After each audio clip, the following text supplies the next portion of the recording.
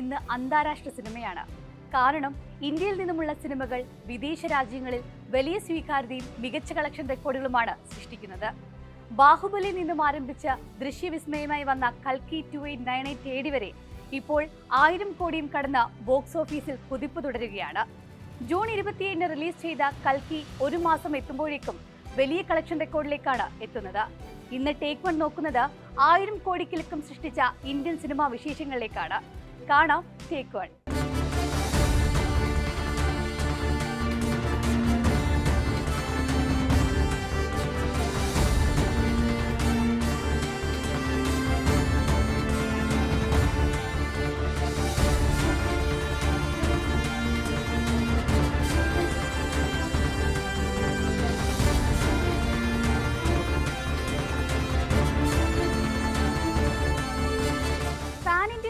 മാറിയ തെലുങ്ക് താരം പ്രഭാസിന് കഴിഞ്ഞ കുറച്ചു വർഷങ്ങളായി ബോക്സ് ഓഫീസിൽ വലിയ തിരിച്ചടി നേരിടുകയായിരുന്നു. സാഹോയും രാധേശ്യാമും ആദിപുരുഷും പ്രേക്ഷകരെ നിരാശരാക്കിയപ്പോൾ പഴയ പ്രതാപത്തിലേക്ക് തിരികെ വരാൻ ഇനി പ്രഭാസിന് കഴിയില്ലെന്ന് ആരാധകർ പോലും വിധിയെഴുതി. പിന്നീട് വന്ന സലാർ താരത്തിന് വിജയം സമ്മാനിച്ചെങ്കിലും ബോക്സ് ഓഫീസ് കളക്ഷനിൽ തിരുത്തിയെഴുതലിന് സാഹചര്യം ഒരുക്കിയില്ല. എന്നാൽ മുൻധാരണകളെ പൊളിച്ചെഴുതി കൽക്കി 2898 AD ബോക്സ് ഓഫീസിന് പ്രഭാസ് തീ പിടിപ്പിച്ചു. ഇന്ത്യൻ മിത്തോളജിയിൽ വേരൂന്നി പുരാണങ്ങളിൽ നിന്ന് പ്രചോദനം ഉൾക്കൊണ്ട് ഭാവിയെ തുറന്നു കാണിക്കുന്ന സയൻസ് ഫിക്ഷനാണ് കൽക്കി 2898 AD. കാശി, കോംപ്ലക്സ്, ശംഭാള എന്നീ 3 ലോകങ്ങളുടെ കഥ പറയുന്ന ചിത്രത്തിൽ മഹാഭാരതത്തിന്റെ ഇതിഹാസ സംഭവങ്ങൾ മുതൽ AD 2898 സഹസ്രാബ്ദങ്ങൾ വരെ നീണ്ടു നിൽക്കുന്ന യാത്രയാണ് ദൃശ്യവൽക്കരിച്ചിരിക്കുന്നത്.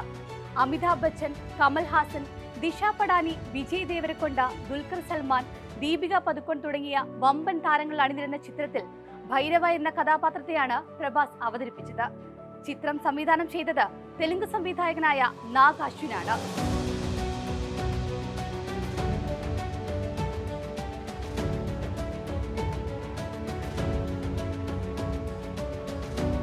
ഇന്ത്യൻ സിനിമയിൽ നിന്നും 1000 കോടി ക്ലബ് എന്ന അസുലഭ നേട്ടം ആദ്യമായി കരസ്ഥമാക്കുന്നത് 2016 ഹിന്ദി ചിത്രം ദംഗലായിരുന്നു. അമീർ ഖാന്റെ ഗംഭീര പ്രകടനത്തിന് വേദിയൊരുക്കിയ ചിത്രം വേൾഡ് വൈഡ് 2000 കോടിയിലധികം കളക്ഷനോടെയാണ് തിയേറ്റർ വിട്ടത്. ഇന്നും ദംഗലിന്റെ കളക്ഷനെ തിരുത്തിക്കുറിക്കാൻ മറ്റൊരു ചിത്രത്തിനും കഴിഞ്ഞിട്ടില്ല.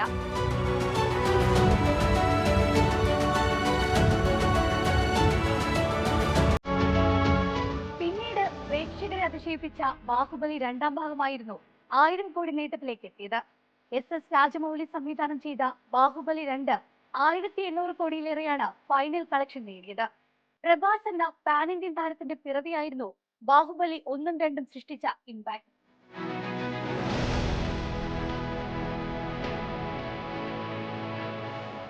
ഹിന്ദി, തെലുങ്ക് ചിത്രം നേടിയ ആഗോള സ്വീകാര്യതയിലേക്ക് അടുത്ത എൻട്രി കന്നഡയിൽ നിന്നും KGF ചാപ്റ്റർ 2നായിരുന്നു.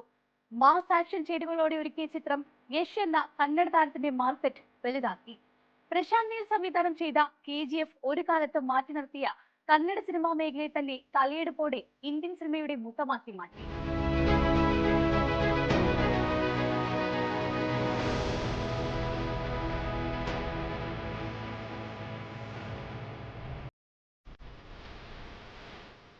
മൂന്നാം ഭാഗത്തിനുള്ള പ്രതീക്ഷ നൽകി കഥ പറഞ്ഞവസാനിപ്പിച്ച സംവിധായകൻ പ്രശാന്ത് നീൽ പിന്നീട് പ്രഭാസിനൊപ്പം സലാലിലൂടെ ഒന്നിച്ചപ്പോഴും അടുത്ത ബ്ലോക്ക് ബസ്റ്റർ. എന്നാൽ KGFനോളം തരംഗമാകാൻ സലാറിന് സാധിച്ചില്ല. ബാഹുബലിയിലൂടെ താരമായ സംവിധായകൻ SS രാജമൗലി അടുത്ത സിനിമ RRRമായി എത്തി വീണ്ടും 1000 കോടി ക്ലബിലേക്ക് ഇടം പിടിച്ചു.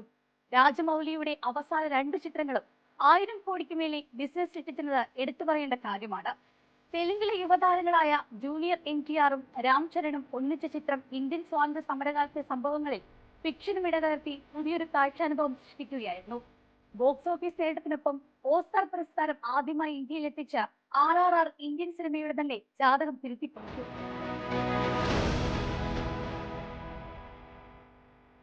ദംഗലിന് ശേഷം മറ്റൊരു ഹിന്ദി ചിത്രത്തിനും ബോക്സ് ഓഫീസിൽ തരംഗം സൃഷ്ടിക്കാനായില്ലെന്നുള്ള പരാതി തീർത്തത് 2023 ബോളിവുഡിന്റെ കിങ് ഖാനാണ്. 5 വർഷത്തെ ഇടവേളയ്ക്ക് ശേഷം ഷാരൂഖ് ഖാൻ നായകനായി എത്തിയ പത്താൻ, ജവാൻ, ദംഗി എന്നീ 3 ചിത്രങ്ങളും ബോക്സ് ഓഫീസിൽ വലിയ നേട്ടമാണ് സ്വന്തമാക്കിയത്. അതിൽ 2 ചിത്രങ്ങൾ തുടരെ 1000 കോടി ക്ലബിൽ ഇടം പിടിച്ചെന്നതാണ് താരത്തിന്റെ സ്വീകാര്യത തെളിയിക്കുന്നത്. സിദ്ധാർത്ഥ് സംവിധാനം ചെയ്ത പത്താനിലൂടെയായിരുന്നു ഷാരൂഖ് ഖാന്റെ തിരിച്ചുവരവ്. റോയ് ഏജന്റ് പത്താൻ എന്ന കഥാപാത്രമായി കംപ്ലീറ്റ് ആക്ഷൻ ത്രില്ലർ ട്രീറ്റ്മെന്റിൽ കഥ പറഞ്ഞ ചിത്രം ഷാറൂഖ് ഖാന്റെ തിരിച്ചുവരവ് രാജകീയമാക്കി.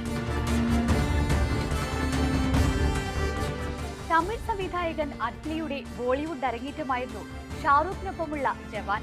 ഷാറൂഖ് ഇരട്ടവേഷത്തിലെത്തിയ ചിത്രത്തിൽ തെന്നിന്ത്യൻ താരങ്ങളായ നയൻതാര, വിജയ് സേതുപതി, പ്രിയാമണി തുടങ്ങിയവരും ഒപ്പമെത്തി.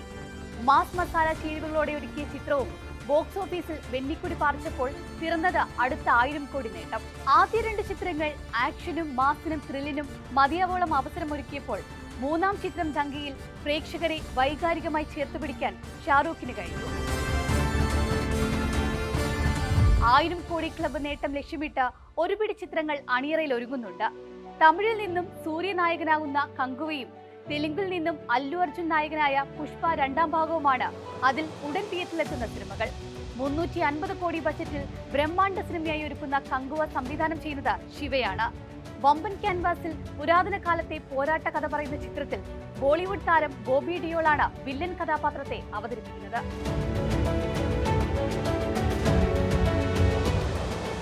തെലുങ്ക് താരം അല്ലു അർജുൻ വേറിട്ട ലുക്കിലെത്തിയ പുഷ്പ 1ാം ഭാഗത്തിന്റെ വലിയ വിജയമാണ് 2ാം ഭാഗത്തിനെ വമ്പൻ ബജറ്റിലുള്ള സിനിമയാക്കി മാറ്റിയത്. സുകുമാർ സംവിധാനം ചെയ്യുന്ന ചിത്രത്തിന്റെ 2ാം ഭാഗത്തിൽ അല്ലു അർജുനും വില്ലൻ കഥാപാത്രമായി മലയാളി താരം ഫഹദ് ഫാസിൽ തമ്മിലുള്ള ഏറ്റുമുട്ടലാണ് ഹൈലൈറ്റ് ആകുന്നത്. സിനിമാ കളക്ഷൻ റെക്കോർഡുകൾ തിരുത്തിക്കുറിക്കുമ്പോഴാണ് സിനിമാ വ്യവസായം വളരുന്നത്. 10 വർഷം മുൻപ് ചിന്തിക്കാതിരുന്ന നേട്ടങ്ങളും വളർച്ചയും ഇന്ന് ഇന്ത്യൻ സിനിമയ്ക്കുണ്ട്. അത് സാങ്കേതികപരമായ തികവിനൊപ്പം വലിയ മുതൽ മുടക്ക് നിക്ഷേപിക്കുന്ന വിധം സിനിമാ വ്യവസായം വളർന്നതിന്റെ തെളിവ് കൂടിയാണ്. ഭാഷാ വ്യത്യാസമില്ലാതെ സിനിമകൾ ഒരുപോലെ സ്വീകരിക്കപ്പെടുന്നതും അതിനാലാണ്.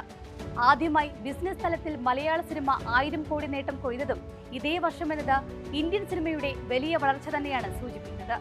അതുകൊണ്ട് പാൻ ഇന്ത്യൻ കോൺസെപ്റ്റിന് മുകളിൽ ലോക നിലവാരത്തിലുള്ള സിനിമകളെ തന്നെ വരും നാളുകളിൽ നമുക്ക് പ്രതീക്ഷിക്കാം.